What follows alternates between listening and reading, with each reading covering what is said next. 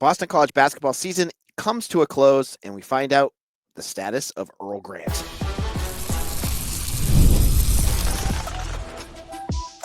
You are Locked On Boston College, your daily podcast on the Boston College Eagles. Part of the Locked On Podcast Network, your team every day. Hello, everyone, and welcome. This is Locked On Boston College, your team every day. I'm your host, AJ Black. I'm the editor of Eagle Insider. Thank you for joining us today. We are your first and only Boston College podcast that does this daily. I want to welcome all our everydayers and all of you who are checking us out for the first time. Welcome. We're a 20 to 25-minute podcast that gets into Boston College 5 days a week. I'm glad you're here to join us. Today's episode is brought to you by FanDuel. Right now, new customers can get up to $200 in bonus bets when your first $5 bet wins. Go over to FanDuel. Now, today's show, hockey and lacrosse, man, that wagon just keeps cruising. I'm going to talk about their big week and weekends and what's going on with hockey and where things are going to be pointing for them next. I'm also going to talk about Harold Landry, who's going to be returning to New England. And as a Pats fan, I am pumped. I'll tell you more about that. We're going to also get into the basketball season because tomorrow, start of football practice. I'll get into all of that on tomorrow's show. I have to talk about the biggest news in the room right now, which is that Jon Rothstein on Saturday, because it happened right before the game, announced that he talked to Blake James. Friday, it was actually Friday. He talked to Blake James, and he confirmed that Earl Grant will be returning in 2025-26. If you've been listening to me all week, I've been ranting and raving. I don't know, folks. Like, you know, I think that Saturday night's game really kind of solidified everything of what I think about this whole tenure right now. BC announces that they're going to return. They send their press release notes to Jon Rothstein to basically let him do it. That Grant's coming back. He confirms from Blake James. BC goes out the next night, just less than 24 hours, or right over 24 hours since that, and they lose by 26 points. They were down by 30 for most of this game. And just laid an absolute egg against Pitt on the road. There was no life in this team. It just looked completely listless. It was depressing as heck to watch. And their season's over. So let's just wrap this season up. Multiple losses that were blowouts. There were many of these games that were not even close. You had your losses to Dartmouth. You barely beat Stonehill by 4 points. You lost multiple close games in overtime because you couldn't put teams away like Notre Dame, Syracuse, and UNC. It was a down year in the ACC, and you didn't even make the ACC tournament. You were one of the bottom two. And the other team, NC State, one of the other teams, just fired their head coach, Kevin Keatts, who made the Final Four last year. NC State, who won the ACC, made the Final Four. Yes, their record wasn't great, but they figured it out. They fired their head coach less than 1 year later. That is incredible. That shows you the difference between Boston College and how serious they take their programs and NC State. NC State had one bad year after. Think about this. Let me rephrase this in Boston College terms for a second. Well, I know many of you can't even get to this point, but pretend Boston College basketball made the Final Four, that they won the ACC. How would this fan base and the administration treat that head coach moving forward? He would have a golden parachute and a statue built in front of him while Conti Forum became named after this, whoever this coach is. I'm not going to even say Earl Grant. NC State, they get that. 1 year later, they're still not getting the results that they want, and they can their head coach. One program's taking it seriously, one clearly is not. Now, the question that we keep bringing up is the money. The money. What is his buyout? Well, Boston College is a private school. We will never know what the buyout is. This is what I would say. If this is an issue, if the and this is all on the athletic department, if they feel like that Blake James feels that Earl Grant is not the answer, and that $5 to $7 million is not something that the school will comp up to fix this program, then I don't know what we're doing. I just don't. Like you're you are going to lose out on conference realignment. Yes, football is the driving force, and I'll get to that in second segment. But basketball is also a valuable property, and maybe that will change when things move down the road where basketball kind of branches off and football is the only thing that gets paid. But for now, when you're looking at the hierarchy of sports and what brings in the money, it's football, which is, of course, is way higher, and then basketball, but that's up there. Basketball is a valuable sport, and right now it is a giant albatross on Boston College. Your key moment, and I had someone message at me on Instagram about this, that we should be really proud that they made the second round of the NIT. Folks, Boston College has not made an NCAA tournament since 2009. I think the only other school with a worse record and longer drought is DePaul. That's bad. That's just pathetic. Like, you got to take this seriously. And, so what, I have a few thoughts of what they're going to have to do to make this make sense. But for me, I look at the stands. And from many of these games, it's either completely dead or it's filled with opposing fans that just go, wow, I can get to a Boston College game for a quarter of the price it takes to get to my school. So I'm just going to go to BC because it's cheap. I'll buy season tickets. Who the heck cares? That's where it's at.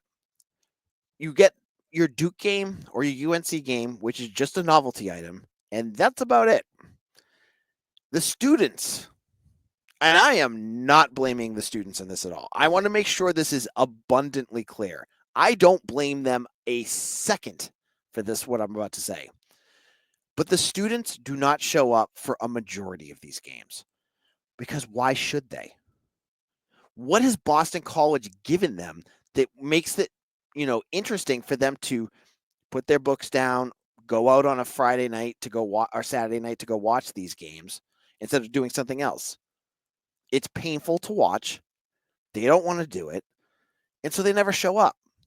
And this cycle just continues every single year. It started with Steve Donahue. It continued through Jim Christian. And it's just getting worse with Earl Grant. So whether you like Earl Grant or you don't, and honestly, this is not a addendum on Earl Grant. I did that last week.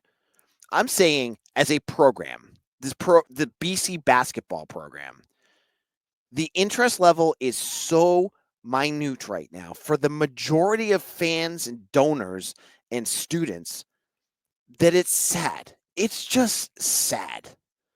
You had a chance this year to go out and try. Like, you're going to bring Earl Grant back. And what the heck is going to happen next year? The fans are still not going to care. They're more angry about it because he's back.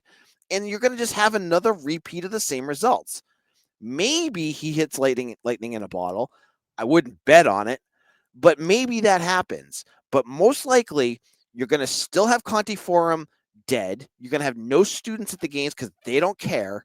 And you're going to continue this drought that's gone on from 2009.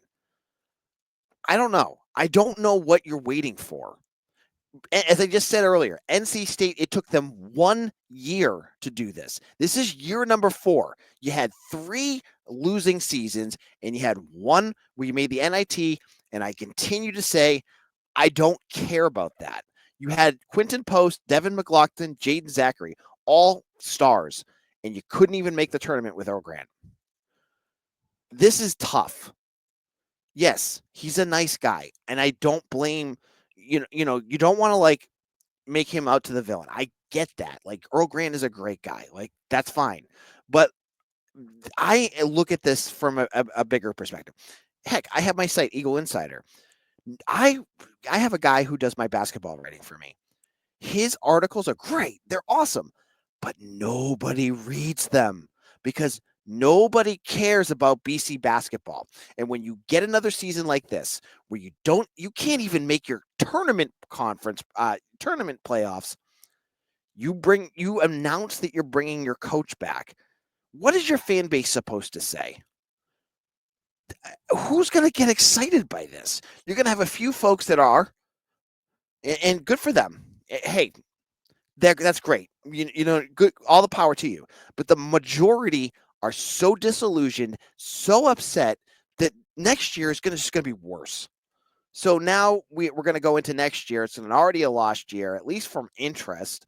Like, I'm not going to go in here and talk about it for most of the season because it's just going to be a vortex of views and clicks. I'm not going to do that. I'm a businessman. I'm not here just to do this because I love the school. Part of this is I'm doing this to support my family. And I'm not going to do it and talk about things that no one wants to talk about, which is BC basketball in itself right now. All right. Rant over. I told you guys I was going to do this. It's here. In a moment, I'm going to try to figure out how to make sense of any of this. I'll talk about it in just a moment.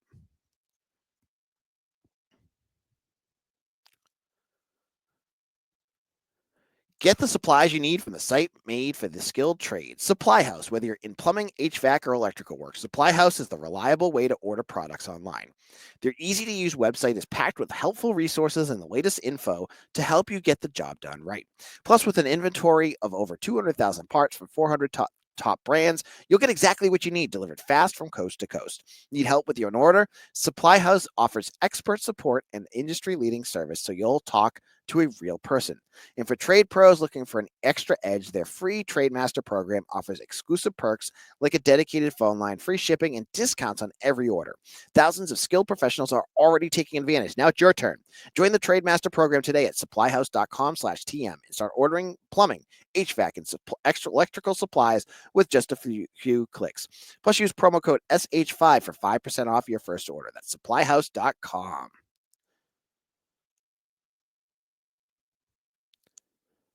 Your home should reflect your style, and with Wayfair, it's easier than ever to make that happen. Whether you're looking for a simple refresh or tackling a big home project, Wayfair has everything you need in one place.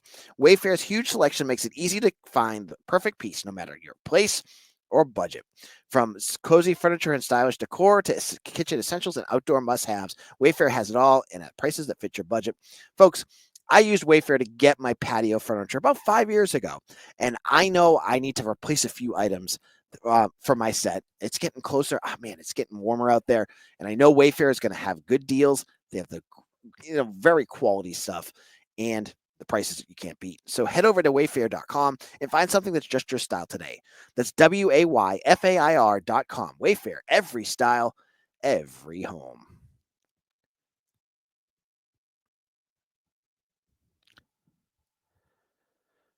Locked On Boston College, AJ Black here. Thank you all who have listened to today's show.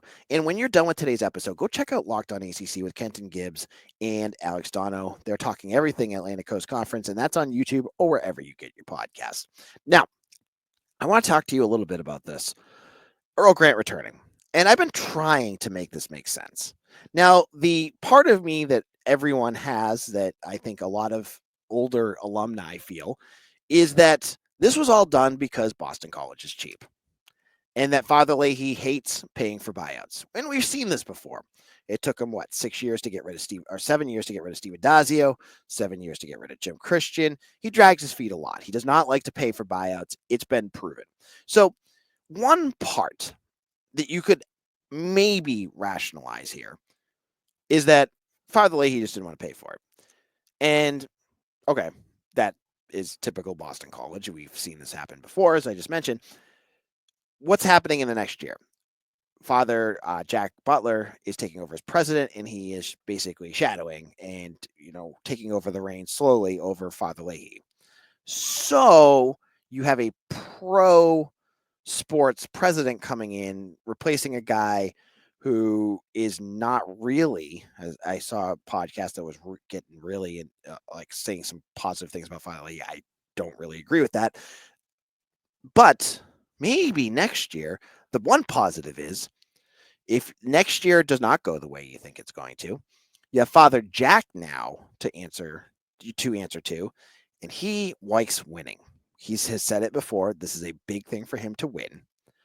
He's not going to put up with this. So maybe he'll put more resources into getting the right hire. That's one thing I can think of. The other piece that goes into my thoughts of all this is the new revenue sharing piece, which I've heard a lot of changes of how things are going to work. And honestly, we don't know how if the House settlement goes through, which is going to change how players get revenue sharing out of all the the profit sharing from all the things that are going on, how that's going to impact their school's finances and how much money that they have on hand, things like that. That's another piece. And I'm not sure if that would be the reason why Boston College did what they did, because I said it earlier, your meat and potatoes, your breadwinner is football. Without a doubt, is going to be that's your cash cow. You got to put your most resources in, and we've seen that. Look at all the new hires that just keep popping up for BC. There's all these new positions. They're building football the right way. They're finally getting BC on the right track to get them comparable to other ACC programs. And if you're a school like BC and maybe you don't have the money, which I'm not really sold that BC doesn't have the money to do more than what they're doing, but let's just pretend maybe you don't have enough money. You're going to put most of it, the revenue, into football, as you should, because they're going to bring the most money in. And so when you have a team as helpless and hopeless right now as basketball, maybe that's what they're doing. Like they're like, we could spend $5 to $7 million to get rid of Earl Grant and then another, this amount to get a new coach, or we can funnel that all into football and make them even better. That could be a way of seeing it. And I want to shout out Eagles Daily, their staff, for that idea. I think that's a pretty good one to think of. I'm not sure if that's the case though. I don't know. Call me skeptical. I mean, I've been following this team as a fan and as a writer for years. This program, I know how BC works. I have a hard time believing that they're that forward thinking. Just my thoughts. My other thoughts here, is that they're going to give, the buyout's high, and that they're going to give them Earl Grant one more chance. And that one more chance, they're going to do some fixing up of what he has to do. And that means put more resources into the program. For me, that means more NIL money. I don't know what the NIL output of a basketball team is. It could be, they brought in players. Deion Brown was not a cheap, I'm sure not a cheap player to bring in. I've heard Josh Beadle probably was not either. Chad Venning probably, he was an established big. They spent their money. Some of them hit, some of them didn't. And this year, they're going to have to spend more money. Like, you're going to have to spend to keep Donald Hand, excuse me. You have to. Like, if he leaves, we're again just, shuffling the decks, the deck chairs on the Titanic here. Like, he is that guy. Maybe on top of that, though, you're going to have to bring in more. Like, you need more talent on this team. Like, they need an infusion. So, to me, honestly, like, I look at this roster. Fred Payne, yeah, love to see him back. Luka Taves, maybe he has something. I'm not even sure. Jaden Hastings, same thing. But they're as a group, wasn't working this year. Maybe you have to shuffle up the deck again and try something different. I'm not sure what that would be. More portal guys, maybe saying a few guys that you thought were going to work out, didn't. You're going to have to try something else. That's something I've been thinking about. I'm wondering if maybe they're going to infuse more money and see if with a bigger resource pool, if Earl Grant can fix this. Because honestly, what he did in the NIL with the transfer portal last year was almost a complete disaster. It just was not good. To let all the guys leave that left, I'm not sure what each deal was, but you had, I mean, how did you let Devin McLaughlin and Claudel Harris go? Those are the two that I look at and go, you could have kept them. You could have figured out a way. BC has been good about making sure guys that you want to keep stay, and they let them go. And those two would have been, what did this team lack? They lacked a big, at the 4. McLaughlin would have been perfect, and they lacked a shooter, which is basically what Claudel Harris was. They've got to fix that. So that could be the last piece that they're looking at is how do we, fix what we're doing here. And so that's it. And hope the guys that you have develop, because I look at what they have, you know, if you were to take this roster and just throw them out there next year, I don't know how you expect anything to change. Maybe Fred Payne, a full year out of his knee injury is going to get better.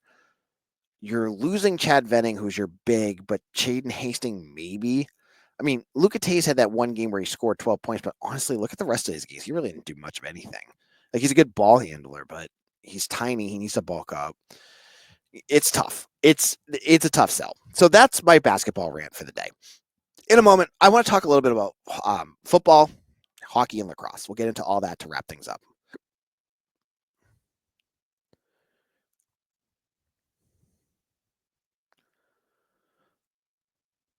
March Madness is here, and FanDuel is giving you the chance to get in on the action like never before. Right now, new customers can get $200 in bonus bets when your first $5 bet wins. That's 200 extra bucks to use on everything from buzzer beaters to Cinderella stories, and even who's cutting down the nets. I got my eyes on a few underdogs this year. I love Drake. I'm a big fan of Bulldog mascots, and listen, I'm not going to be like secretaries who win this, but I kind of am. Last year, I just went kind of crazy on one of my office pools. Didn't go with what was projected and just did some fun things. Ended up almost winning. Drake is my pick this year. I'm looking at them. They got like 30 wins. So I'm going to go with them. All you need to do is you maybe have your thoughts going into March Madness. You can visit FanDuel.com and you can get yourself started. It's easy and fast. The FanDuel app is simple to use. And when I win, I get paid instantly, no waiting around. And so you just need to visit FanDuel.com and get on this college hoop action all tournament long.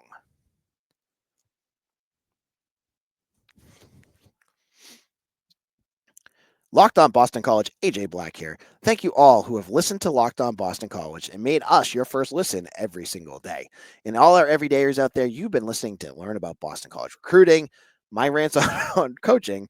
I'm getting ready for spring practice, which starts tomorrow. I'm very excited about that and a whole bunch more. Now, let's talk about some positive sports. I just went through 20 minutes plus going on about the basketball team I didn't even want to talk about. First of all, I got to start with football. I'm a Pats fan. As you guys can tell, sometimes my accent dips in pretty hard, but I'm from Massachusetts. It's been rough being a Patriots fan the last couple of years. And I know some of you guys are small violining me all over the place, but I was so pumped today when I learned that Harold Landry, former Boston College star defensive edge rusher who had 16 sacks in 2016, he signed a 3-year deal with the Pats. It's been since 2012 since BC has a player on the Patriots, and that was Ron Brace, RIP. So I'm pumped. I loved watching Harold Landry play. He was such a him and Azaraku, those are the two like most disruptive edge rushers I've ever seen for BC. Now he's going to be playing with the Patriots. So very cool. He's going to reunite with Mike Vrabel. I got a feeling this won't be the only BC player joining the Patriots this year. Not thinking through free agency, but I'm wondering if we'll see either Drew Kendall or Ozzie Trapillo sign with the Pats or get drafted by the Pats this upcoming NFL draft. We'll have to keep an eye out on that one. Now, additionally, hockey. Hockey clinched they clinched the Hockey East regular season tournament 2 years in a row. Great. You got your trophy. They did that. I think it was before the game even ended because Maine lost to UMass, but BC blew out Merrimack 6-0, convincing win.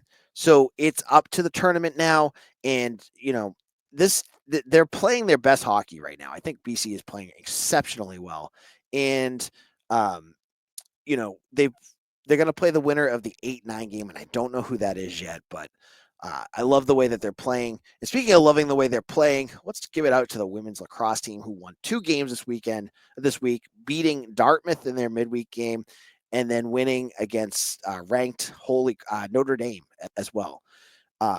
Their goalie,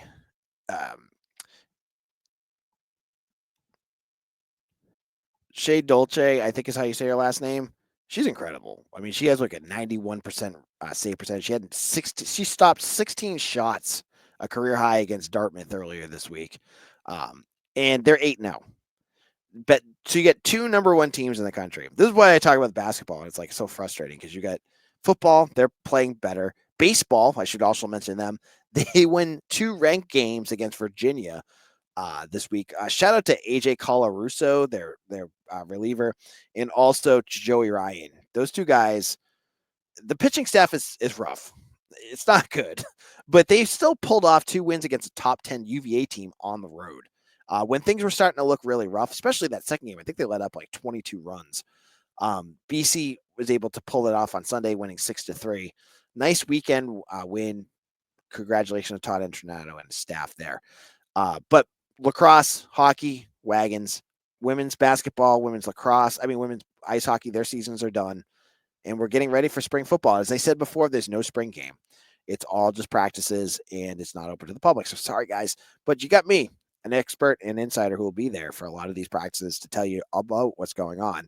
So make sure you tune in to Locked On BC on YouTube, wherever you get your podcast. Follow me on Twitter at AJBlack247. I'm on Blue Sky. I'm on Threads. I'm on Facebook. You can get me everywhere. Just find Eagle Insider or AJ Black. It's everywhere. I'll see you all again tomorrow for another episode of Locked On Boston College, your team every day.